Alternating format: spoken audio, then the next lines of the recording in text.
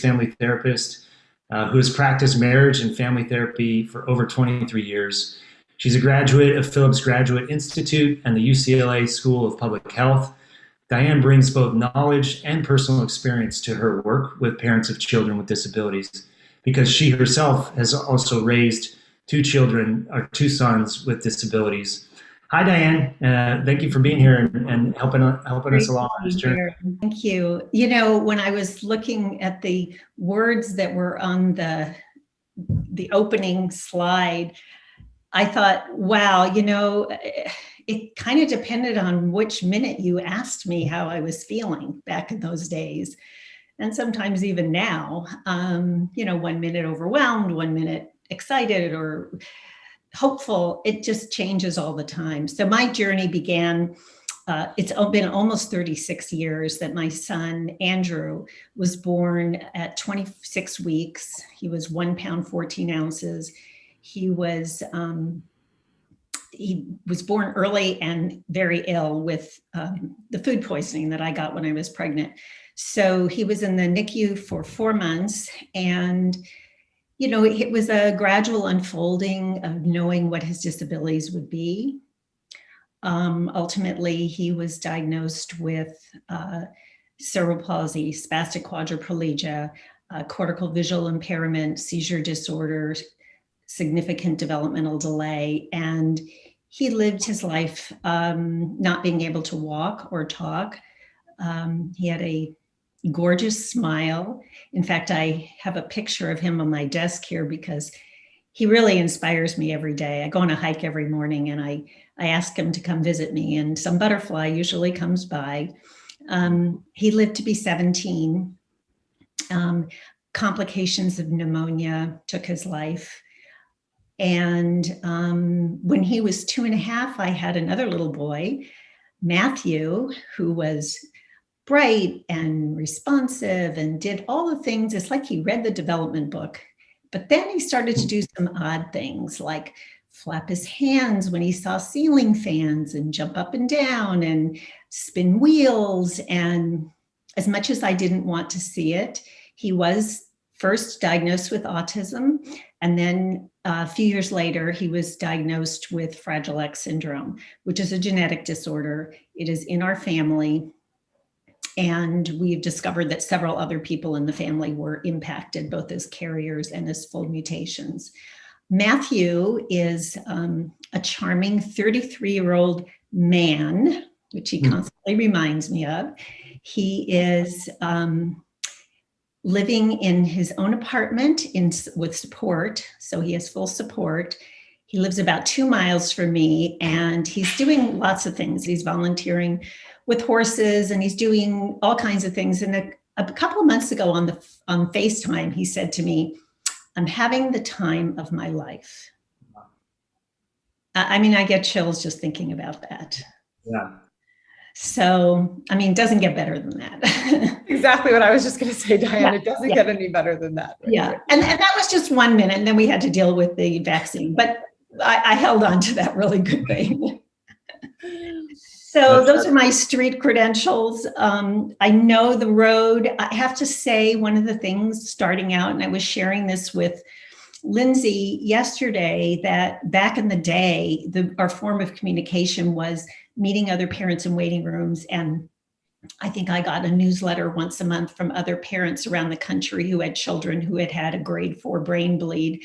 And, but this is the thing. I mean, now the mode of communication is so different, but the source of information is still the same. It's other parents. Yep. And one of the things that I always looked to was to find other parents who were still upright, moving forward, and occasionally could laugh. That's what I wanted when I was first starting it out, because I was so scared of what life was going to be like.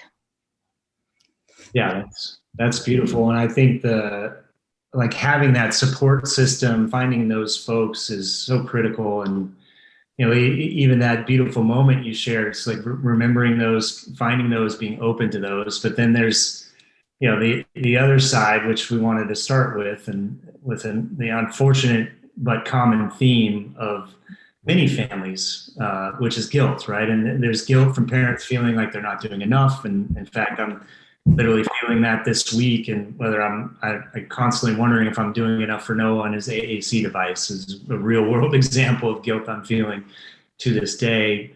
But there are other things, like there's also the guilt that somehow the child's disability is my fault, right? Or the family's fault.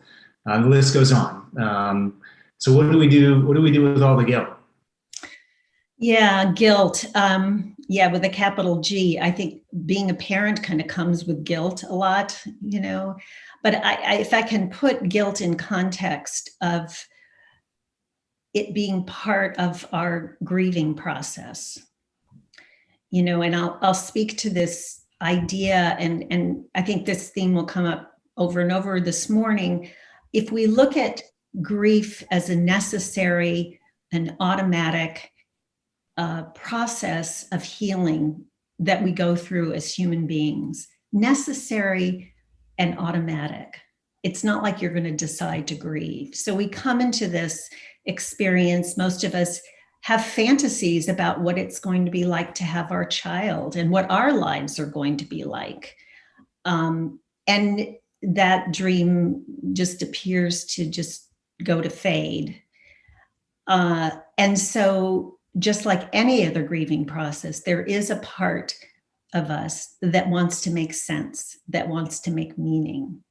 And oftentimes the place that we find to make sense and meaning is to look within ourselves, to see ourselves as being responsible in some way. And there are direct ways. I mean, I'm the genetic carrier of my son's disability. I don't blame myself for that. It's just a fact of nature that happened.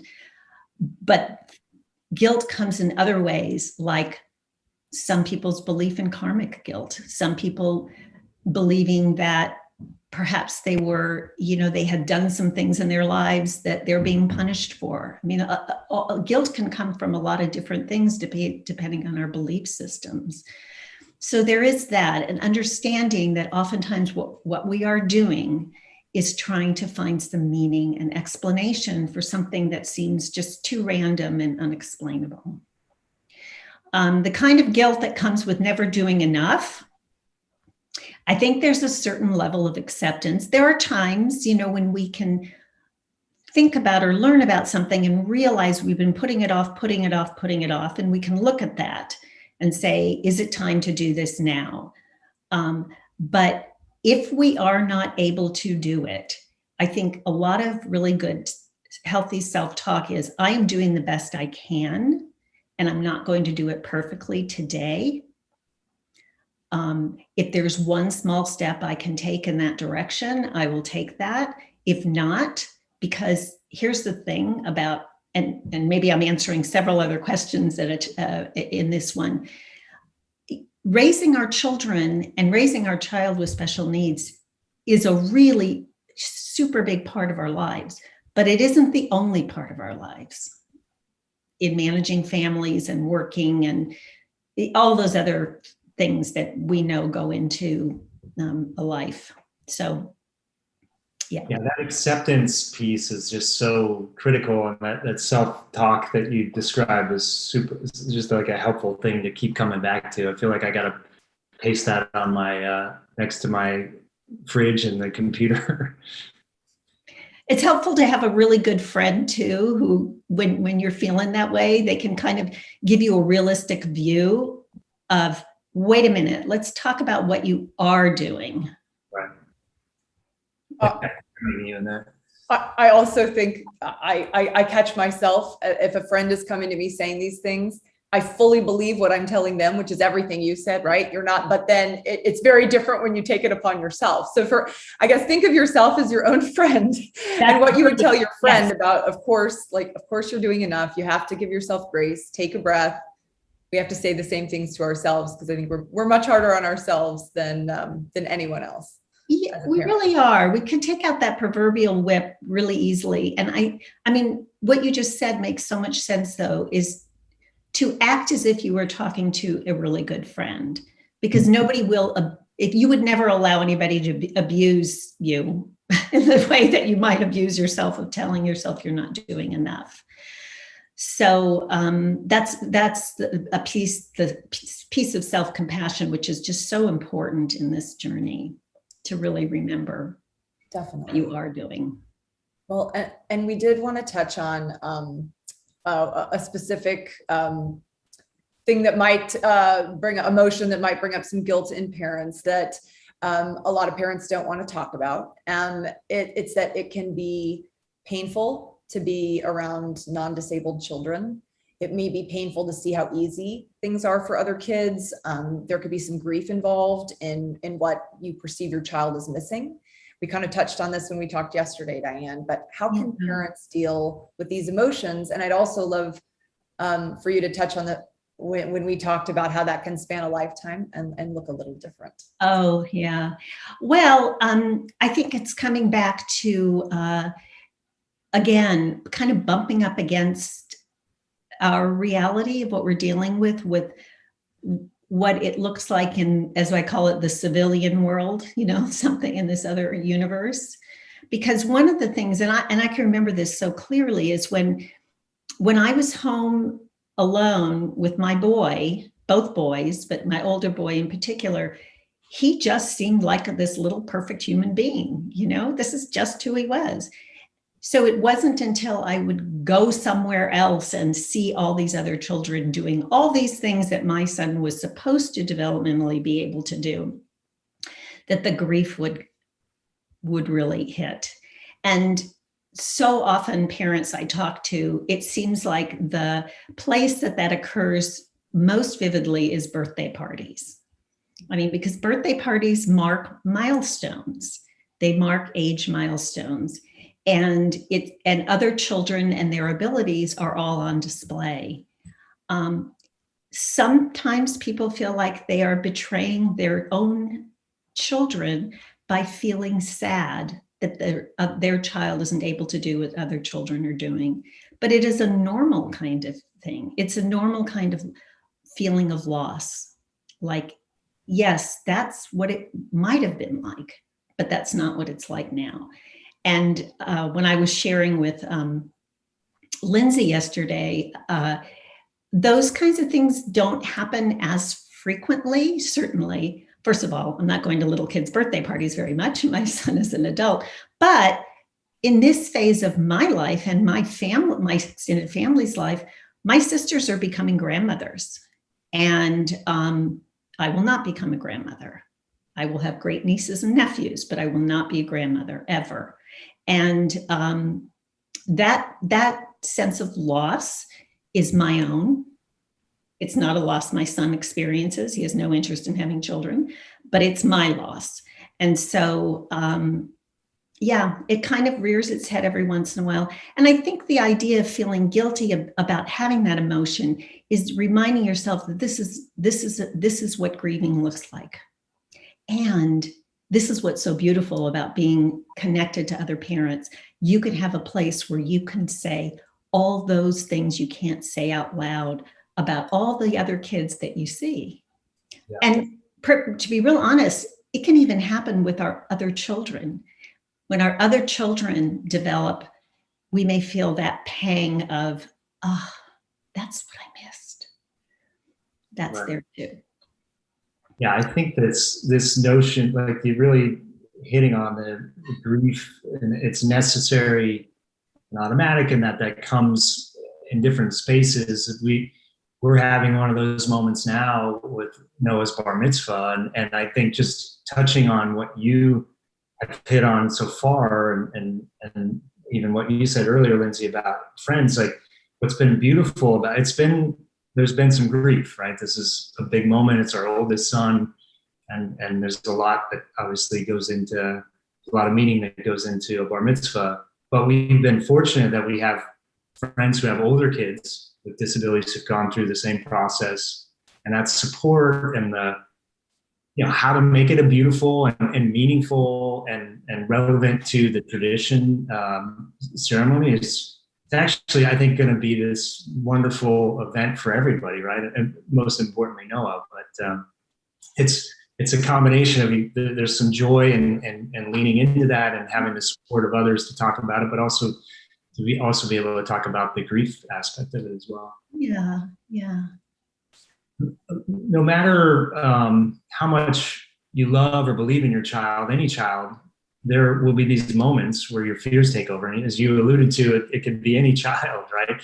And in this case, it happens more often where a child might be made fun of. You worry about, you have this fear of, will they enjoy life? Will they belong? Will they find love? So like you've talked about with guilt, how do we deal with the fears? Oh my goodness.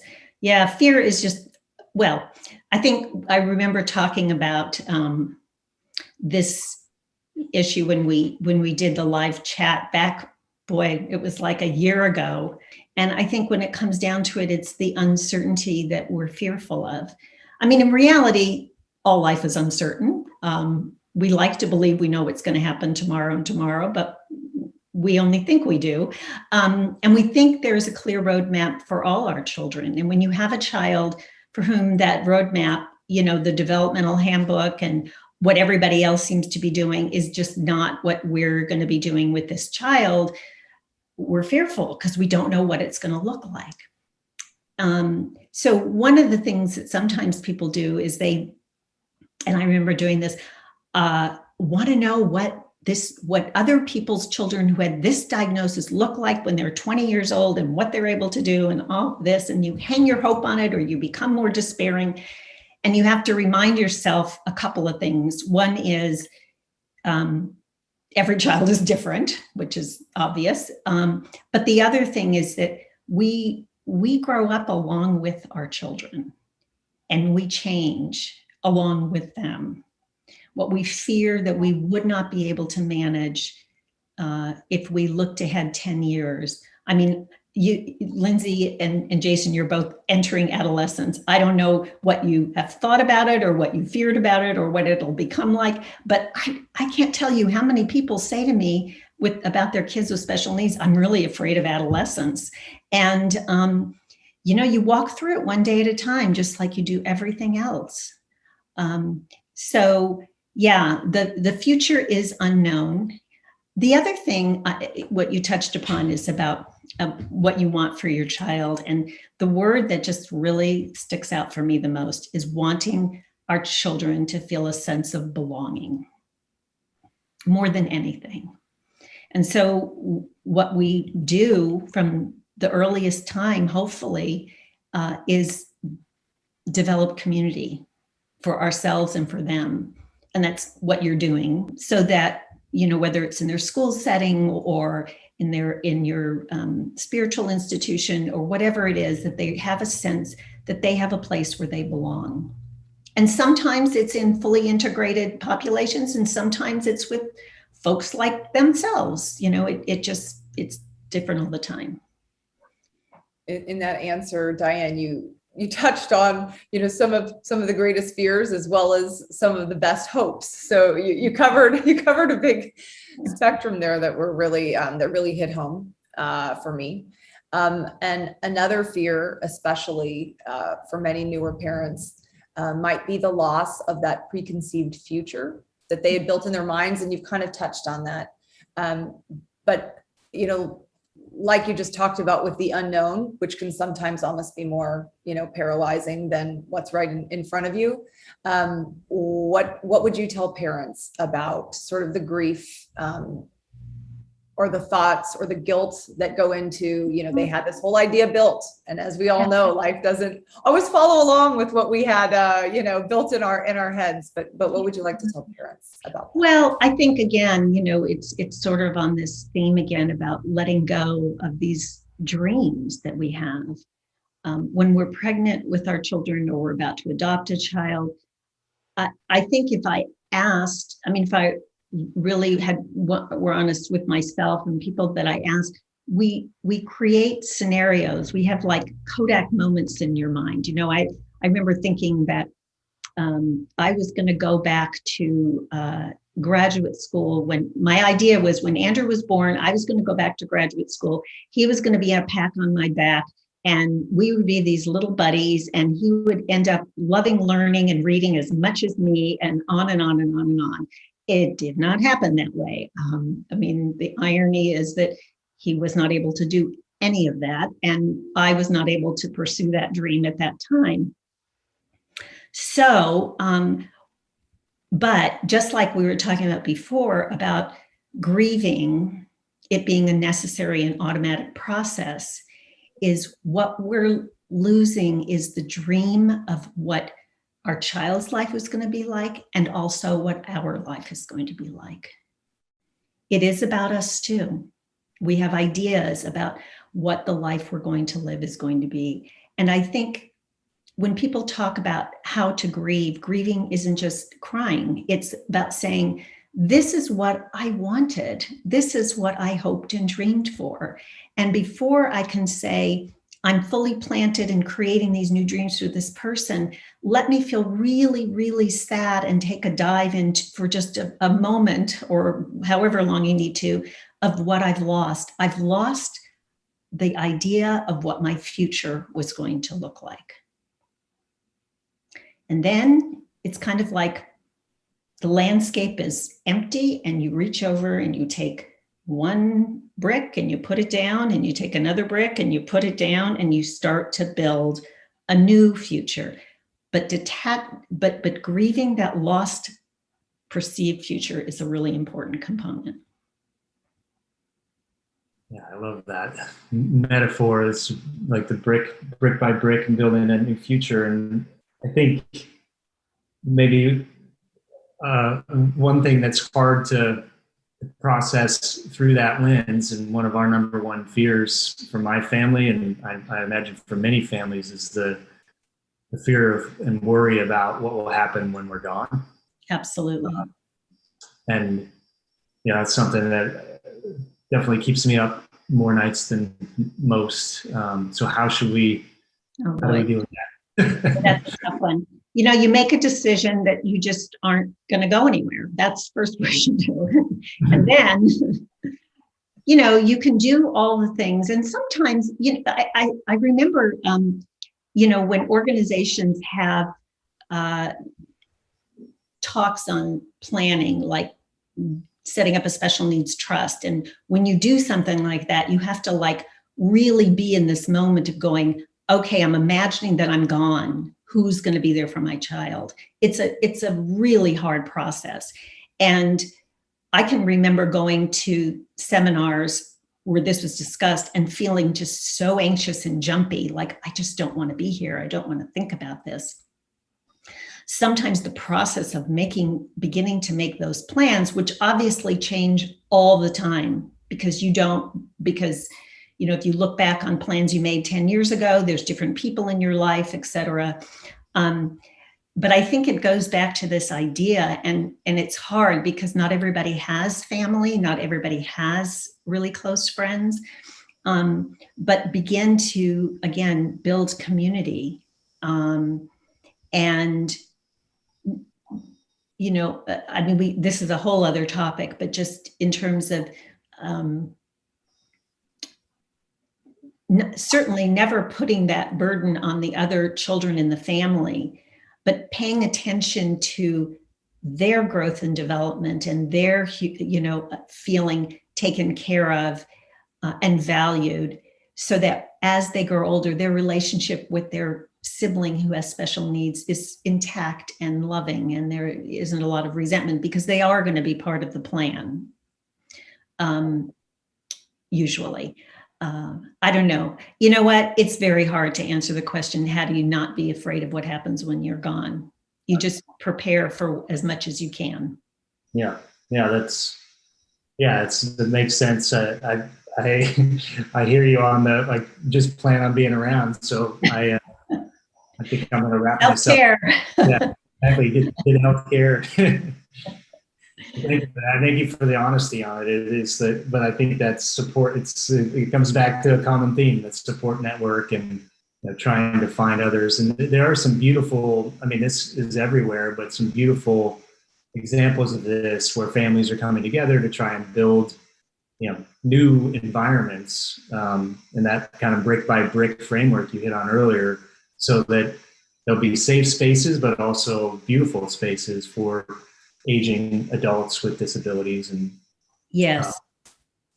Yeah, the relationships we make with our children's therapists, caregivers, sometimes those people become pivotal people in imagining our child's future.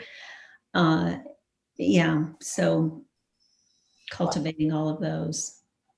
I love the hope that you brought into that with the reality. Like Jason said, I know somebody put in the chat window, one of our parents, that's their number one fear. Obviously, what happens when we're gone. I think we can all probably relate to that. I know I can. It's the thing that keeps you up at night. It's also the driver. I try to, if you can get control of it, I use that to sort of drive everything that I'm doing to empower my daughter. But and all of the hope that both of you, just talked about. And that's what I try to concentrate on too. Everything that all of us are trying to do, either for our children or on a larger scale, is to make the future a better, more inclusive, more accessible place. And so that's how I take those fears and try to drive them into action, and everyone deals with it in their own way, sometimes to my detriment, but that's, so I thank you for those words. Yeah, because that's really right on too, Lindsay, is that's what you're doing now, is everything you're doing is driving towards not just a person being there to take care of them, but to the degree to which the child can be empowered themselves, so they begin, the process of separation from parents. That's why sending our children off to school when they're 3 is so terrifying. You're like, they can't go anywhere without me. But that's kind of, we put them into the world. Yeah, exactly. Well, and we have the fears, and one of the biggest stress that we can face, really. We take the stressful part of our parenting, and it can seep into other areas of our lives. For many couples, one partner might carry the majority of the caregiving weight, and that can be a lot, and it can take a toll. So what words of advice do you have for couples? Okay. Well, regarding that specific, because there's lots and lots. Yeah. Yeah. So yeah, division of labor. As I watch families who have children, who go from being a couple to having a child, we have all these ideas of what that's going to look like. We're going to take turns changing diapers, and you're going to be up, and then I'm, equality, and try to do it equally and everything. It kind of doesn't happen that way. And then when you have a child with special needs, it just kind of explodes. And what happens oftentimes, because it feels like a crisis, is everybody sort of like jumps to their manning post. Like, how are we going to maneuver this? Absolutely, you need money to keep the boat afloat. So that's an important task. And then there's this other task of tending to the child, and then this other huge task for which you really need an additional adult, is managing all the systems and advocating and getting things, and all of this is just, it's overwhelming. And I think what can begin to happen is couples can jump into their positions, and it may work for a while, and then there may be built up resentment. So I think one of the things I think is important is for couples to be able to talk about when something isn't working, and working to renegotiate some of those rules or roles. One person maybe take over something that the other person is just overburdened with. I think oftentimes what can happen, and I'm going to speak in generalities, but oftentimes when mothers are the primary caregivers, it's hard to let go of some of those things, because there's this fear that even their father is not going to do it as good as you do it. So I think that part of that, I know most. I have no comment. Anybody ever feels that way, but it's just a conjecture. I can't relate to that at all. And so, that is important to look at that too, is maybe it doesn't have to be done the way I do it all the time, and I can let go of a little bit. That's a very important thing too. Definitely. And I did want, since I asked that about couples, I definitely want, for single parents, I want to make sure that is a hard enough job. And so how do they build a network of support and practice any semblance of self-care? Yeah. Well, may I talk about self-care for a moment? I'll weave this in. Yes. So, single parents who are doing it alone is obviously a really tough job. And single parenting can look a lot of different ways. There can be single parenting where there is another parent but is not in the home. It can be single parenting where there is no other parent. There can be other family members who may be resources. So there's a lot of different configurations of how that can look.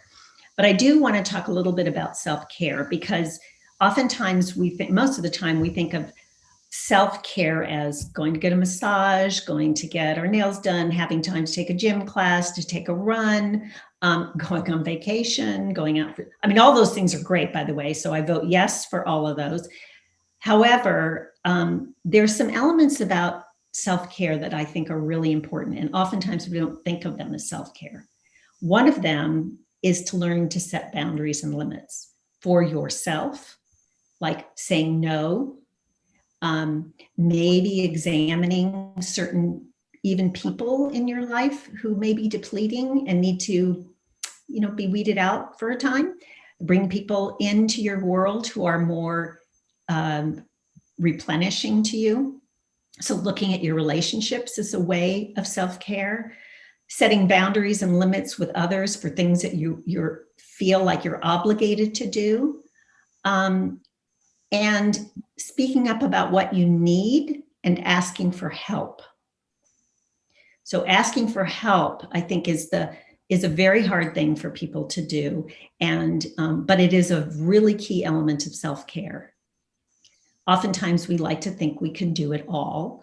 And some of us, perhaps myself, can be accused of being chronically self-sufficient. And so it's okay to reach out and ask for help. In fact, it's imperative.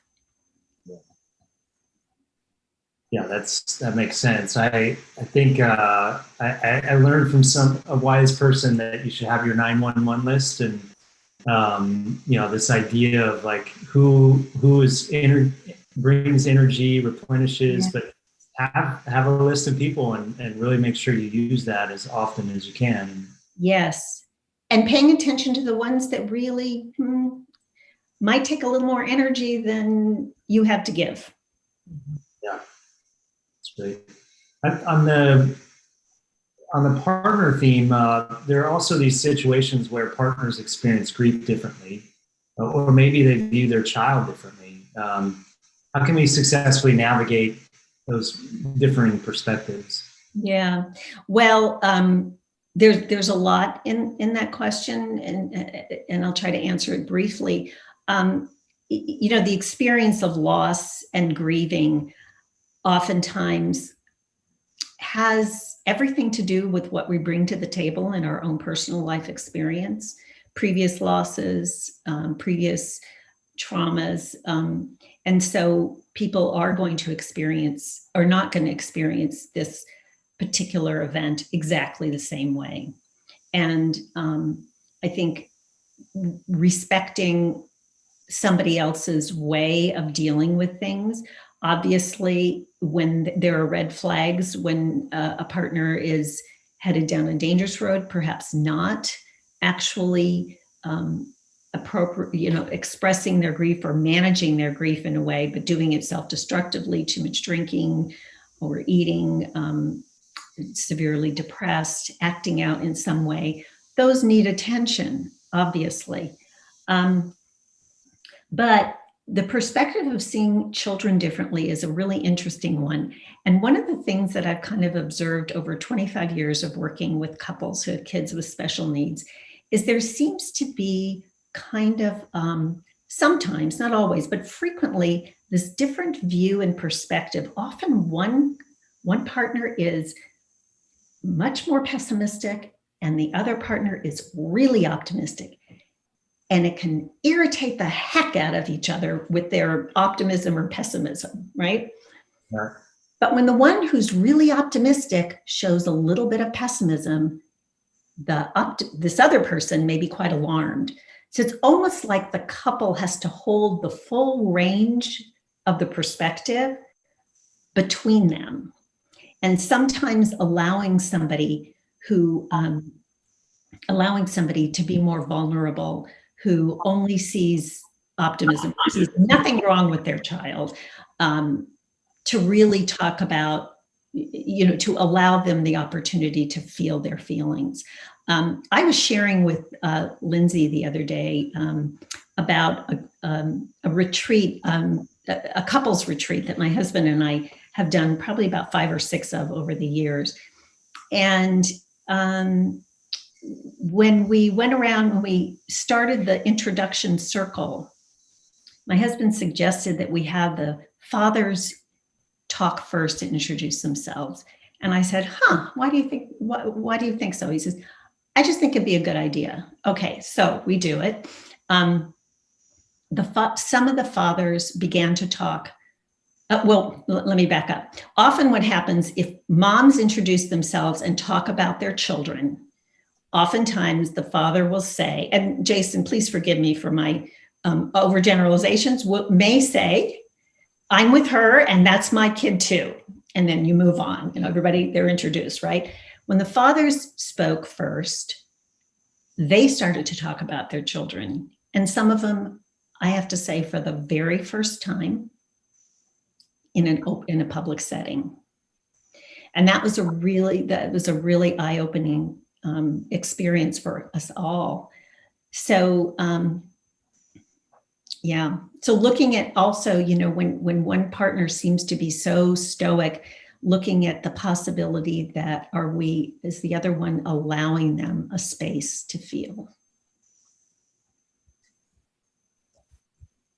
I think, the seeing everything you just said, Diane, and the seeing a child in a different way can be possibly even make, if you're in a relationship, feel more isolating if one person feels like maybe they're taking on all of the caregiving role and they're taking on all of the grief and all of the future. It can feel even more isolating, Yes. Even if you're with someone.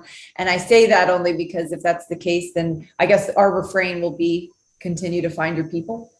Yeah. And sometimes get help. Couples talking about it with somebody who can help mediate that conversation can be really, really helpful. Absolutely. Yeah, I think we're, all the things that we've talked about today, those are, lots and lots of conversations with friends, with your partners where possible. But the complexities and the emotions and the cycles of grief that we're all going through, I've just encouraged those folks to look for that help when needed, right? Because this is not a simple path through life, and finding folks like you and other support options are, I think, critical, in certain situations, but also can be helpful for the journey ahead. I guess, Diane, any parting words as we? Oh my goodness, parting words. I don't know. I think just in summary, I think, as Jason just said, there are, reaching out, finding your people, connecting with them, and knowing when to ask for help and where to seek help, because, nobody has to do this alone.